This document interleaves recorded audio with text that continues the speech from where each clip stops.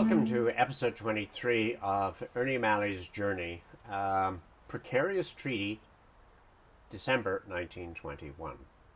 So, where was my father, General O'Malley, at this time in 1921, and what was he up to? Well, he had been in London. He had been raising guns and ammunition and other paraphernalia for warfare on the assumption that a war was going to resume. He wanted to be ready. And he was aware, as he had talked to the General Headquarters staff some months before, that each commander had to do his own thing to get his own armaments in shape. Now, in this case, by going to London, it was a violation of the treaty, and so he was understandably concerned when he met Michael Collins.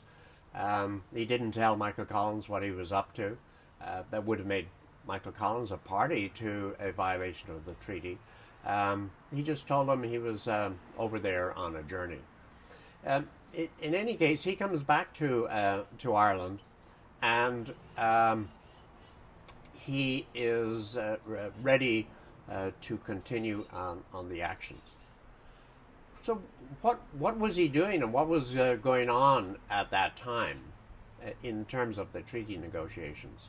In early December, the treaty delegation had been in London, and Lord George had become very frustrated because the Irish delegation kept reverting to Dublin for an answer to any of the issues that had been raised.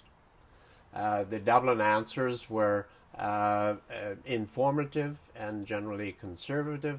They were always trying to keep the Republican perspective, but they were also pragmatic. Finally, on December 5, Lloyd George said, "No more discussion with Dublin. This is it. I'm giving you a draft. You need to negotiate this draft and make conclusions and a decision on it." Now, ironically, just at this time, as these people were sitting down, guess what was happening? De Valera was in Ireland, down in Limerick, with my father, and they were looking at armaments and experimenting with cannons and how to explode them. So on the very day that these negotiations were going on, the Irish were ready to go back to war. And in fact, a directive had been sent out from the IRA headquarters and been received by my father. And he writes about this in The Singing Flame. And here's what he says. "A dispatch came from the Adjutant General in Dublin. He gave us 72 hours' notice to prepare for hostilities. Move our peace headquarters to our active service one. Burn any important papers that we might have with us." We worked all day and late into the night removing papers and getting our new headquarters ready. The munitions plant was dismantled. Supplies and explosives were distributed to dumps. Orders were sent out to the brigades to stand up. Columns were ordered to mobilize and operation plans revised. At last a decision had been arrived at. We sang and whistled as we worked. The uncertainty was at an end. War again, and a ruthless one. At the beginning of the truce, the people in our area were staunch. They had offered their money and their help for when hostilities would reopen in a few weeks, as we thought then. Then the daily newspapers, always hostile to Irish independence, had prepared the way for defection of thought. They hinted that a renewal of the fighting would be impossible, that England would grant a sufficient measure of freedom, that there would be long leaders and articles on Dominion Home Rule and a Canadian status. Slowly, the strength of the national resistance was being undermined. And so you can see that because it had been a drawn-out process, that in fact the IRA were sort of losing. The peace had been well accepted by the people. No fighting. Things were returning to a normal life. Now, back in London, Lloyd George had faced the delegation with a demanding deadline. No communication with Ireland, and make a decision. It was a complex discussion that evening in the British chambers, and the first person to sign was Arthur Griffith. He knew that when the British said immediate and terrible war, that they could effect that. They could next day bring, an additional 50,000 troops over to Ireland and recommence the war. Michael Collins was second to sign. He was aware of the disposition of the IRA, namely how much arms and ammunitions they had, and part of the decision to go into the truce from the headquarters of the IRA's status was probably that they didn't have enough ammunition and guns to continue the war. And so the other members of the delegation, who again had been under the same admonishment to sign or have war continued, they were very reluctant to sign. But Gavin Duffy and Barton and Childers, they eventually caved because of the pressure. And by that next morning, a treaty had been signed. So what did that mean? What was the next steps vis-a-vis the treaty? Well, so the Irish delegation came home. Part of the sentiment in Ireland was that, in fact, they were scoundrels. They should be arrested. They have violated what it was that we had wished for. Other people were saying they're heroes. They got from the British more than we thought that we could get. So there was clearly a divided opinion right away within the Dublin reception. And the first thing to do, the first sort of legalistic hurdle for any treaty like that would have been to go to the cabinet. The cabinet voted 4-3 to support the treaty. De Valera was defeated. He was the president and he was on the cabinet, and only 2 people voted with him. So the next sort of hurdle was, what did the Parliament, the Dáil, think about this? And ultimately there would have been a third hoop, which is what did the people feel and what was the national election going to be? So on just the issue of the Dáil, what happens ultimately is it gets approved, 64-57. The Republicans lose, and a whole new set of cards needs to be played out, and we'll see this in January. What happens at this point is, in terms of Ireland, there is a shock effect and there's a relief effect. So what did Ernie O'Malley feel about this? So my father was shocked.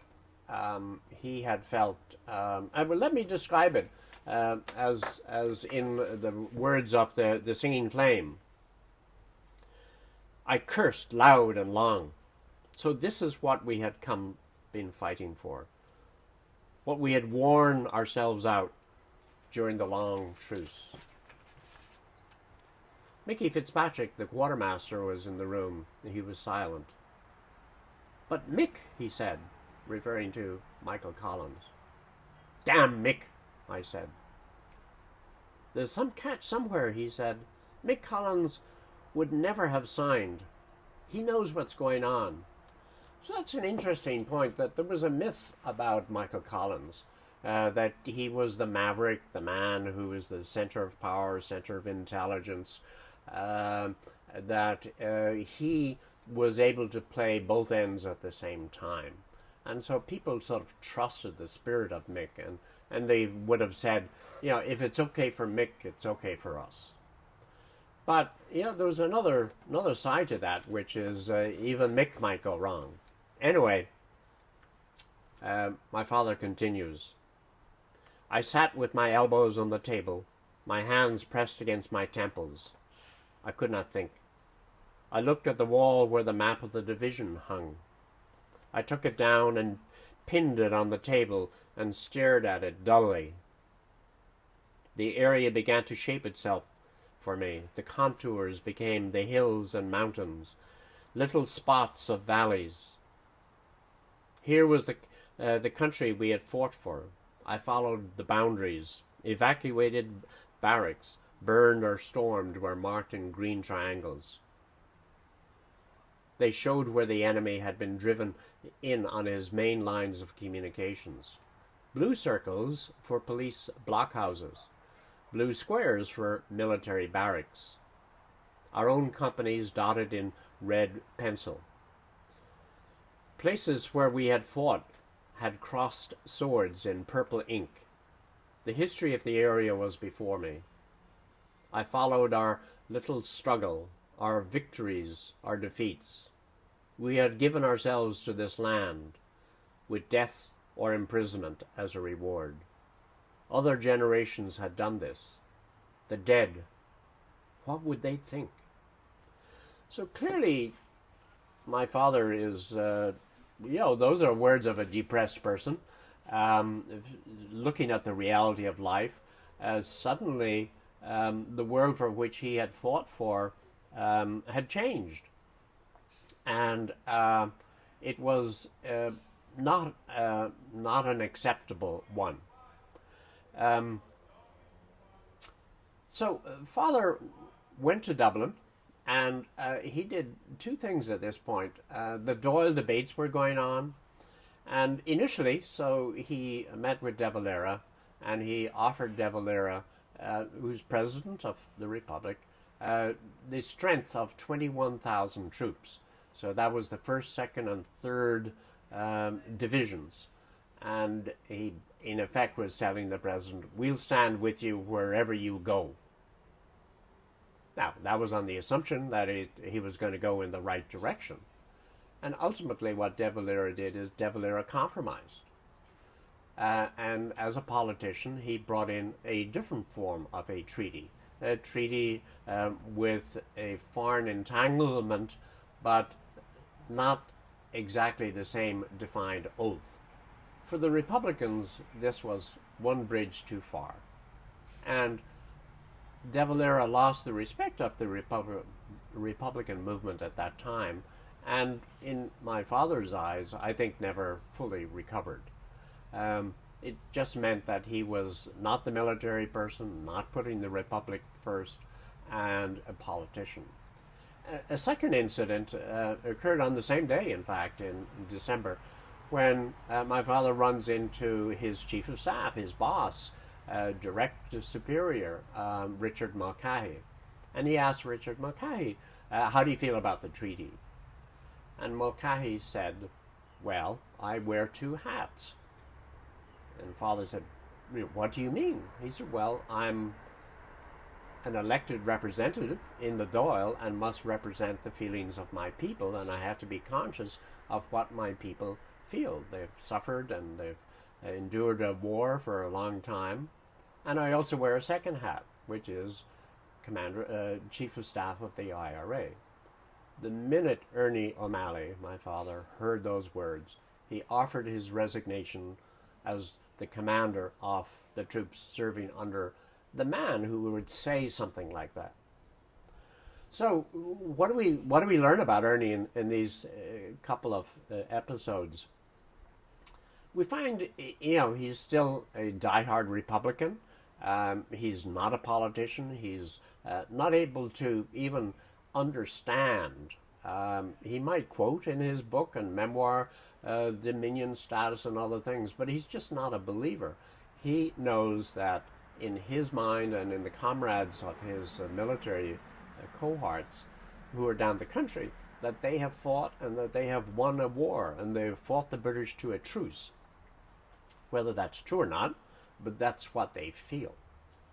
And so that he was ready to resume the war, and he had the armaments, and he was ready to do it. So he was very excited about the prospects. The idea that this was all going to dissolve, that the generations who had gone on before him were going to be defeated and lie down, and the Republic would now be dead, this was a great disappointment to him. He just couldn't see what the future was going to be. And in our next episode, you will see it's called The Start of the Division in the IRA.